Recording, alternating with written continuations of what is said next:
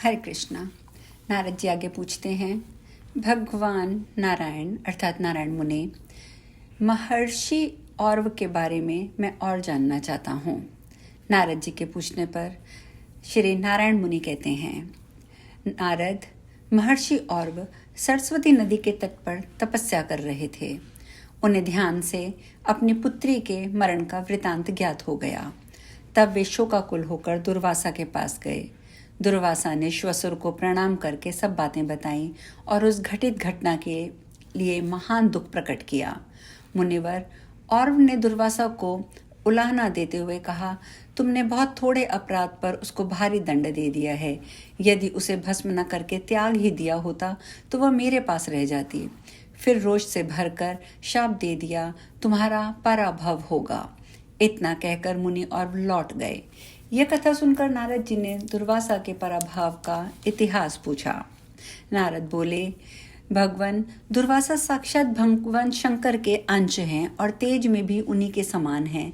फिर कौन ऐसा महातेजस्वी पुरुष था जिसने उनका भी पराभव कर दिया? भगवान नारायण कहते हैं अर्थात नारायण मुनि कहते हैं, नारद, सूर्यवंश में अम्बरीश नाम से प्रसिद्ध एक राज अधिराज अर्थात सम्राट हो गए थे। उनका मन सदा श्री कृष्ण के चरण कमलों के चिंतन में लगा रहता था। राज्य में, रानियों में, पुत्रों में, प्रजाओं में, पुण्य कर्मों द्वारा अर्जित की हुई संपत्तियों में भी उनका चित्त क्षण भर के लिए भी नहीं लगता था। वे धर्मात्मा नरेश दिन रात सोते जागते हर समय प्रसन्नतापूर्वक श्रीहरि का ध्यान किया करते थे।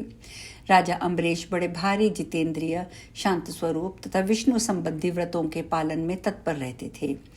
वे एकादशी का व्रत रखते और श्री कृष्ण की आराधना में संलग्न रहते थे।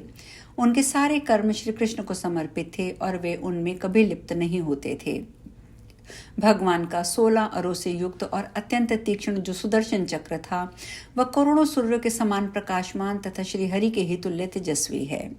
ब्रह्मा आदि भी उसकी स्तुति करते हैं। वह अस्त्र देवताओं और असुरों से भी पूजित है। भगवान ने अपने उस चक्र को राजा की निरंतर रक्षा के लिए उसके पास रख दिया था। एक समय की बात है, राजा अम्बरीश एकादशी व्रत का अनुष्ठान करके द्वादशी के दिन समयानुसार विधि पूर्वक स्नान और पूजन करके ब्राह्मणों को भोजन करा स्वयं भी भोजन के लिए बैठे। उसी समय तपस्वी ब्राह्मण दुर्वासा भूख से व्याकुल हो वहां राजा के समक्ष आ गए। उन्होंने दंड और छत्र ले रखा था। उनके शरीर पर श्वेत वस्त्र शोभा पा रहे थे। ललाट में उज्जवल तिलक चमक रहा था। सिर पर जटाएं थी और शरीर अत्यंत कृश हो गया था। वे त्रस्त जान पड़ते थे। उनके कंठ, होंठ, तालू सब सूखे थे। मुनीन्द्र पर दृष्टि पड़ते ही राजा ने उठकर उन्हें प्रणाम किया और प्रसन्नतापूर्वक पैर धोने के लिए जल प्रस्तुत करके बैठने को स्वर्ण का सिंहासन दिया। विप्रवर दुर्वासा उन्हें आशीर्वाद देकर उस सुखद आसन पर बैठ गए। तब राजा ने भयभीत होकर उनसे पूछा, मुने, मेरे लिए क्या आज्ञा है, मुझे बताइए। राजा की बात सुनकर मुनिवर दुर्वासा ने कहा, नृपश्रेष्ठ, मैं भूख से पीड़ित हूँ और यहाँ आया हूँ, अतः मुझे भोजन कराओ। परंतु मैं अघमर्षण मंत्र का जप करके शीघ्र ही आ रहा हूँ, क्षण भर प्रतीक्षा करो। ऐसा कहकर मुनि चले गए। ब्राह्मण दुर्वासा के चले जाने पर राजऋषि अम्बरीश को बड़ी भारी चिंता हुई। द्वादशी तिथि प्राय बीत चली थी। ये देख के वे डर गए। इसी समय गुरु वशिष्ठ वहां आ गए। तब प्रसन्नतापूर्वक उन्हें नमस्कार करके राजा ने सारी बात उन्हें बताई और पूछा, गुरुदेव, मुनिवर दुर्वासा अभी तक आ नहीं रहे हैं और पारण के लिए विहित द्वादशी तिथि बीती जा रही है। ऐसे संकट के समय में मुझे क्या करना चाहिए? इस पर भली भांति विचार करके मुझे शीघ्र बताइए कि मुझे क्या करना चाहिए, क्या शुभ है और क्या अशुभ है। वशिष्ठ जी ने कहा, द्वादशी को बिताकर त्रयोदशी में पारण करना पाप है और अतिथि से पहले भोजन कर लेना भी पाप है। ऐसी दशा में तुम भोजन न करके भगवान का चरणोदक ले लो। इससे पारण भी हो जाएगा और अतिथि की अवहेलना भी नहीं होगी। महामुने, ऐसा कहकर ब्रह्मपुत्र वशिष्ठ जी चुप हो गए। राजा ने श्री कृष्ण चरणाविंदों का चिंतन करते हुए थोड़ा सा चरणोदक पी लिया। ब्राह्मण, इतने में ही मुनिवर दुर्वासा वहां आ पहुंचे। वे सर्वज्ञ तो थे ही, उन्होंने इसे अपना अपमान समझा और वे कुपित हो उठे। उन्होंने राजा के सामने ही अपनी एक जटा तोड़ डाली। उस जटा से शीघ्र ही एक पुरुष प्रकट हुआ जो अग्निशिखा के समान तेजस्वी था। उसके हाथ में तलवार थी। वह महाभयंकर पुरुष महाराज अम्बरीश को मार डालने के लिए उद्यत हो गया। यह देखकर करोड़ों सूर्यों के समान प्रकाशमान श्रीहरि के सुदर्शन चक्र ने उस कृत्या पुरुष को काट डाला।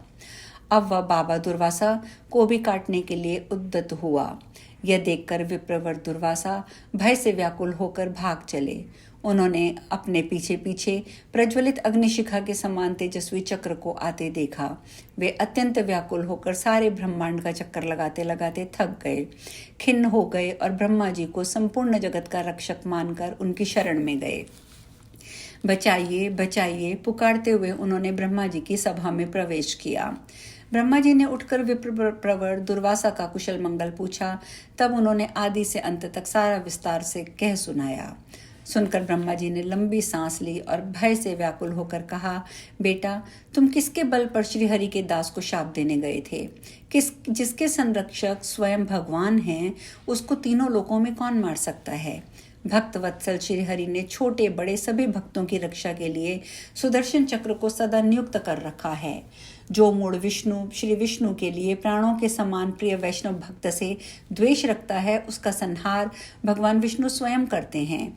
वे श्रीहरि संहारकर्ता के भी संहार करने में समर्थ हैं। अतः बेटा, तुम शीघ्र किसी दूसरे स्थान पर जाओ। अब यहाँ तुम्हारी रक्षा नहीं हो सकती। यदि नहीं हटे तो सुदर्शन चक्र मेरे साथ ही तुम्हारा वध कर डालेगा। ब्रह्मा जी की बात सुनकर ब्राह्मण देवता दुर्वासा वहां से भयभीत होकर भागे। अब वे डरकर कैलाश पर्वत पर भगवान शंकर की शरण में गए और बोले, कृपा निधान हमारी रक्षा कीजिए। भगवान शिव सर्वज्ञ हैं। उन्होंने ब्राह्मण दुर्वासा का कुशल समाचार तक नहीं पूछा, जो क्षण भर में जगत का संहार करने में समर्थ और दीन दुखियों के स्वामी हैं। वे महादेव मुनि जी से बोले, हे द्विश्रेष्ठ, सुस्थिर होकर मेरी बात सुनो। तुम महर्षि अत्रि के पुत्र तथा जगत सृष्टा ब्रह्मा जी के पौत्र हो। वेदों के विद्वान और सर्वज्ञ हो, परंतु तुम्हारा कर्म मूर्खों के समान है। वेद पुराणों और इतिहासों में सर्वत्र जिन सर्वेश्वर का निरूपण हुआ है, उन्हीं का को तुम मूढ़ मनुष्य की भांति नहीं जानते हो। जिनके भ्रूमंडल की लीला मात्र से मैं, ब्रह्मा, रुद्र, आदित्य, वसु, धर्म, इंद्र, संपूर्ण देवता, मुनीन्द्र और मनु उत्पन्न और विलीन होते रहते हैं, उन्हीं श्रीहरि के प्राणों से भी बढ़कर प्रिय भक्त को तुम किसकी शक्ति से मारने चले थे? उनका चक्र उन्हीं के तुल्य तेजस्वी है। उसे रोकना सर्वथा कठिन है। उस चक्र को यद्यपि उन्होंने भक्तों की रक्षा में लगा रखा है, तथापि उन्हें उस पर पूरा भरोसा है। इसीलिए वे स्वयं उनकी रक्षा करने के लिए जाते हैं। उनके मुंह से अपने गुणों और नामों का श्रवण करके उन्हें बड़ा आनंद मिलता है। इसलिए भगवान भक्त के साथ सदा छाया की तरह घूमते हैं। अतः ब्राह्मण देव, गोविंद का भजन करो, उनके चरण कमलों का चिंतन करो। श्रीहरि के स्मरण मात्र से सारी आपत्तियां नष्ट हो जाती हैं। अब शीघ्र ही वैकुंठ धाम में जाओ। उस धाम के अधिपति श्री हरि ही तुम्हारे शरणदाता हैं। वे प्रभु दया के सागर हैं, तुम्हें अवश्य अभयदान देंगे। ये बातें हो ही रही थी कि सारा कैलाश चक्र के तेज से व्याप्त हो उठा, जैसे समस्त भूमंडल सूर्य की किरणों से उद्दीप्त हो उठता है। उस समय संपूर्ण कैलाशवासी उस चक्र की विकराल ज्वाला से संतप्त हो त्राही त्राही पुकारते हुए भगवान शंकर की शरण में गए। उस दुस्सह चक्र को देखकर पार्वती सहित करुणा निधान भगवान शंकर ने ब्राह्मण को प्रेम पूर्वक आशीर्वाद देते हुए कहा, यदि तेज सत्य है और चिरकाल से संचित तप सत्य है, तो अपराध करके भयभीत हुआ ये ब्राह्मण संताप से मुक्त हो जाए। इस प्रकार का आशीर्वाद महादेव ने दुर्वासा जी को दिया। माता पार्वती बोली, ये ब्राह्मण मेरे स्वामी के पुण्य कर्मों के अवसर पर शरण में आया है, अतः मेरे आशीर्वाद से इसका महान भय दूर हो जाए और ये शीघ्र ही संताप से छूट जाए। कृपा पूर्वक ऐसा कहकर माता पार्वती और महादेव चुप हो गए। मुनि ने उन्हें प्रणाम करके देवेश्वर वैकुंठनाथ की शरण ली। मन के समान तीव्र गति से चलने वाले मुनीश्वर दुर्वासा वैकुंठ भवन में जाकर सुदर्शन को अपने पीछे पीछे आता देखकर श्रीहरि के अंतःपुर में घुस गए। वहां ब्राह्मण ने श्री नारायण के दर्शन किए। वे रक्त सिंहासन पर विराजमान थे। उनके हाथों में शंख, चक्र, गदा और पद्म शोभा पाते थे। उन परम प्रभु ने पीताम्बर धारण कर रखा था। उनके 4 भुजाएं थी, अंग की कांति श्याम थी। वे शांत स्वरूप लक्ष्मीकांत को अपने दिव्य सौंदर्य से मन को मोह लेते थे। रत्नमय अलंकारों की शोभा उन्हें और भी श्री संपन्न बना रही थी। गले में रत्नमय माला से वे विभूषित थे। उनके प्रसन्न मुख पर मंद हास्य की छटा छा रही थी। वे भक्तों पर अनुग्रह करने के लिए कातर दिखाई देते थे। उत्तम रत्नों के सार तत्व से निर्मित मुकुट धारण करके उनका मस्तक अनुपम ज्योति से जगमगा रहा था। श्रेष्ठ पार्षदगण हाथों में चंवर लिए प्रभु की सेवा कर रहे थे। कमला उनके चरणों की सेवा में लगी थी। सरस्वती उनके सामने खड़ी होकर स्तुति कर रही थी। सुनंद, नंद, कुमंद, प्रचंड आदि पार्षद उन्हें घेरे खड़े थे। ऐसे प्रभु को देखकर दुर्वासा ने दंड की भांति पृथ्वी पर पड़कर प्रणाम किया और साम वेद वर्णित स्तुति से उन परमेश्वर का स्तवन किया। अब दुर्वासा जी ने किस प्रकार स्तवन किया था, ये चर्चा हम कल करेंगे। आज यहीं विश्राम। हरे कृष्णा।